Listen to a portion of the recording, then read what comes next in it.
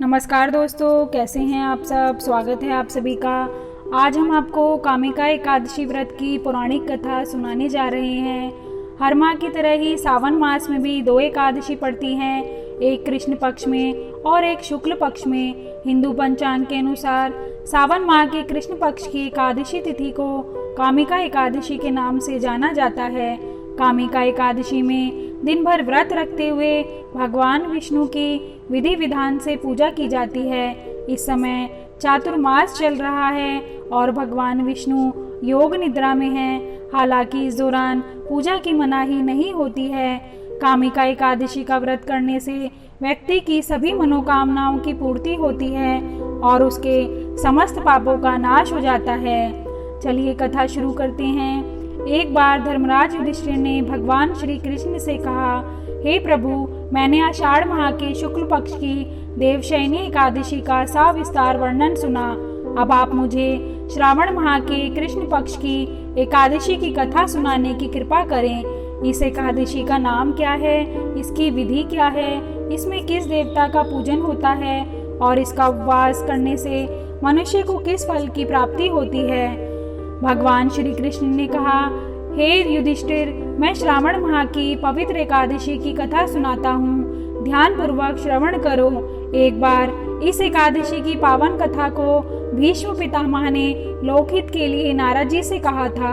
एक समय नारद जी ने कहा, हे पितामह, आज मेरी श्रावण के कृष्ण पक्ष की एकादशी की कथा सुनने की इच्छा है, अतः आप इस एकादशी की व्रत कथा विधान सहित सुनाइए। नारद जी की इच्छा को सुन पितामह भीष्म ने कहा, हे नारद जी, आपने बहुत ही सुंदर प्रस्ताव किया है। अब आप बहुत ध्यान पूर्वक इसे श्रवण कीजिए। श्रावण माह के कृष्ण पक्ष की एकादशी का नाम कामिका एकादशी है।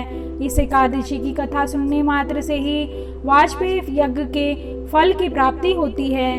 कामिका एकादशी के उपवास में शंख, चक्र, गदाधारी भगवान विष्णु का पूजन होता है। जो मनुष्य इस एकादशी को धूप, दीप, नैवेद्य आदि से भगवान विष्णु की पूजा करते हैं, उन्हें गंगा स्नान के फल से भी उत्तम फल की प्राप्ति होती है। सूर्य ग्रहण और चंद्र ग्रहण में केदार और कुरुक्षेत्र में स्नान करने से जिस पुण्य की प्राप्ति होती है, वह पुण्य कामिका एकादशी के दिन भगवान विष्णु की भक्ति पूर्वक पूजा करने से प्राप्त होता है। भगवान विष्णु की श्रावण माह में भक्ति पूर्वक पूजा करने का फल समुद्र और वन सहित पृथ्वी दान करने के फल से भी ज्यादा होता है।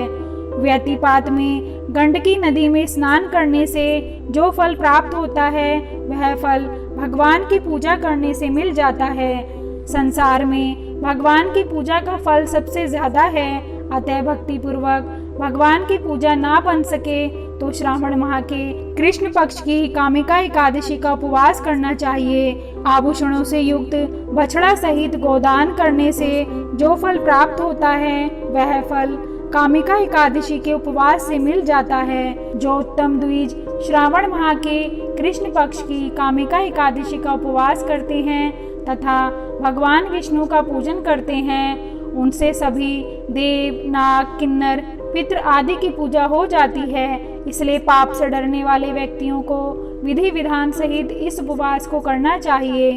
संसार सागर तथा पापों में फंसे हुए मनुष्यों को इनसे मुक्ति के लिए कामिका एकादशी का व्रत करना चाहिए। कामिका एकादशी के उपवास से भी पाप नष्ट हो जाते हैं। संसार में इससे अधिक पापों को नष्ट करने वाला कोई और उपाय नहीं है। हे नारद जी, स्वयं भगवान ने अपने मुख से कहा है कि मनुष्यों को अध्यात्म विद्या से जो फल प्राप्त होता है, उससे अधिक फल कामिका एकादशी का व्रत करने से मिल जाता है। इस उपवास के करने से मनुष्य को न यमराज के दर्शन होते हैं और न ही नरक के कष्ट भोगने पड़ते हैं। वह स्वर्ग का अधिकारी बन जाता है। जो मनुष्य इस दिन तुलसी दल से भक्ति पूर्वक भगवान विष्णु का पूजन करते हैं, वे इस संसार सागर में रहते हुए भी इस प्रकार अलग रहते हैं, जिस प्रकार कमल पुष्प जल में रहता हुआ भी जल से अलग रहता है। तुलसी दल से भगवान श्री हरि का पूजन करने का फल 1 बार स्वर्ण और 4 बार चांदी के दान के फल के बराबर है।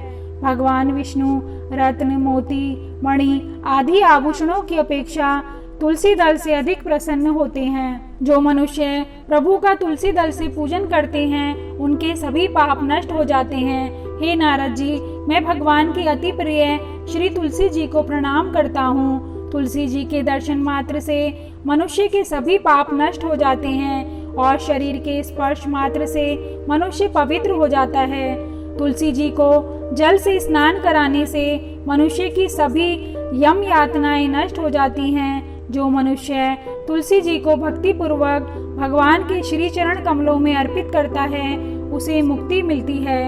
इस कामिका एकादशी की रात्रि को जो मनुष्य जागरण करते हैं और दीप दान करते हैं उनके पुण्यों को लिखने में चित्रगुप्त भी असमर्थ हैं। एकादशी के दिन जो मनुष्य भगवान के सामने दीपक जलाते हैं उनके पितृ स्वर्ग लोक में अमृत का पान करते हैं। भगवान के सामने जो मनुष्य घी या तिल के तेल का दीपक जलाते हैं उनको सूर्य लोक में भी सहस्रों दीपक का प्रकाश मिलता है। अब मैं कथा कहता हूँ, ध्यान पूर्वक सुनो। एक गांव में एक वीर क्षत्रिय रहता था। एक दिन किसी कारणवश उसकी ब्राह्मण से हाथापाई हो गई और ब्राह्मण की मृत्यु हो गई। अपने हाथों मरे गए ब्राह्मण की क्रिया उस क्षत्रिय ने करनी चाहिए, परंतु पंडितों ने उसे क्रिया में शामिल होने से मना कर दिया। ब्राह्मणों ने बताया कि तुम पर ब्रह्म हत्या का दोष है, पहले प्रायश्चित करो इस पाप का और इससे मुक्त हो जाओ, तब हम तुम्हारे घर भोजन करेंगे। इस पर क्षत्रिय ने पूछा कि इस पाप से मुक्त होने का क्या उपाय है। तब ब्राह्मणों ने बताया कि श्रावण माह के कृष्ण पक्ष की एकादशी को भक्ति भाव से भगवान श्रीधर का व्रत एवं पूजन कर ब्राह्मणों को भोजन करा के सदक्षिणा के साथ आशीर्वाद प्राप्त करने से इस पाप से मुक्ति मिलेगी। पंडितों के बताए हुए तरीके पर व्रत कराने वाली रात में भगवान श्रीधर ने क्षत्रिय को दर्शन देकर कहा कि तुम्हें ब्रह्म हत्या के पाप से मुक्ति मिल गई है। इस व्रत के करने से ब्रह्म हत्या आदि के सभी पाप नष्ट हो जाते हैं और इही लोक में सुख भोग कर प्राणी अंत में विष्णु लोक को जाते हैं। इस कामिका एकादशी के महात्म्य के श्रवण व पठन से मनुष्य स्वर्ग लोक को प्राप्त करते हैं। जय श्री हरि। जो मनुष्य श्रावण में भगवान का पूजन करते हैं उनसे देवता, गंधर्व और सूर्य आदि सब पूजित हो जाते हैं। कामिका व्रत से जीव को योनि को प्राप्त नहीं होता है। जो मनुष्य इस एकादशी के दिन भक्ति पूर्वक तुलसी दल भगवान विष्णु को अर्पित करता है वे इस संसार के समस्त पापों से दूर रहते हैं। चलिए कामिका एकादशी व्रत की व्रत विधि जानते हैं। पुराणों के अनुसार दशमी तिथि को शाम में सूर्यास्त के बाद भोजन नहीं करना चाहिए और रात्रि में भगवान का ध्यान करते हुए सोना चाहिए। एकादशी का व्रत रखने वाले को अपना मन शांत करके एवं स्थिर रखना चाहिए। किसी भी प्रकार की द्वेष भावना या क्रोध मन में ना लाएं और पर निंदा से बचें। प्रातःकाल सूर्योदय से पूर्व उठकर स्नान करें तथा स्वच्छ वस्त्र धारण करके भगवान विष्णु की प्रतिमा के सामने घी का दीपक जलाएं। भगवान विष्णु की पूजा में तुलसी, ऋतुफल एवं तिल का प्रयोग करें। व्रत के दिन अन्न वर्जित है, निराहार रहें और शाम में पूजा के बाद चाहे तो फल ग्रहण कर सकते हैं। यदि आप किसी कारण व्रत नहीं करते हैं तो भी एकादशी के दिन चावल का प्रयोग नहीं करना चाहिए। एकादशी के दिन रात्रि जागरण का बड़ा महत्व होता है। संभव हो तो रात में जगकर भगवान का भजन कीर्तन करें। एकादशी के दिन विष्णु सहस्त्र नाम का पाठ करने से भगवान विष्णु की विशेष कृपा प्राप्त होती है। अगले दिन यानी द्वादशी तिथि को ब्राह्मण भोजन करवाने के बाद स्वयं भोजन करें। पौराणिक मान्यताओं के अनुसार कामिका एकादशी की रात्रि को दीपदान तथा जागरण के फल का महात्म्य चित्रगुप्त भी नहीं कह सकते। जो इस एकादशी की रात्रि को भगवान के मंदिर में दीपक जलाते हैं उनके पितृ स्वर्ग लोक में अमृत पान करते हैं तथा जो घी या तेल का दीपक जलाते हैं वे 100 करोड़ दीपकों से प्रकाशित होकर सूर्य लोक को जाते हैं। पौराणिक मान्यताओं के अनुसार कामिका एकादशी की कथा सुनने मात्र से ही वाजपेयी यज्ञ का फल मिलता है। कामिका एकादशी के व्रत का महात्म्य श्रद्धा से सुनने और पढ़ने वाला मनुष्य सभी पापों से मुक्त होकर विष्णु लोक को जाता है। चलिए जानते हैं कामिका एकादशी के दिन आपको क्या नहीं करना चाहिए। एकादशी के दिन भूलकर भी चावल का सेवन नहीं करना चाहिए। इस दिन चावल खाने से व्यक्ति को अगले जन्म में रेंगने वाले जीव के रूप में जन्म मिलता है। इस दिन खाने में प्याज और लहसुन का प्रयोग ना करें और पूरे दिन सात्विक आहार लें। इस दिन किसी से भी ऊंची आवाज में ना बोलें और अपशब्द ना कहें। इस दिन पति और पत्नी को भी ब्रह्मचर्य का पालन करना चाहिए और आपस में झगड़ा नहीं करना चाहिए। अब हम आपको एक ऐसा उपाय बताने जा रहे हैं जिससे अगर आपके विवाह में अड़चनें आ रही हैं या विवाह में देरी हो रही है तो वे सब दूर हो जाएंगे।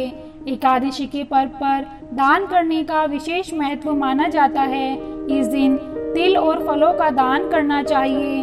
अगर आपके विवाह में देरी हो रही है तो इस दिन केसर, केला, गुड़ और चने की दाल का दान करें और गाय को इस दिन हरा चारा जरूर खिलाना चाहिए। दोस्तों, अगर आपको हमारी वीडियो पसंद आई हो तो कमेंट करके ज़रूर बताइए और हमारे चैनल को सब्सक्राइब करना ना भूलें।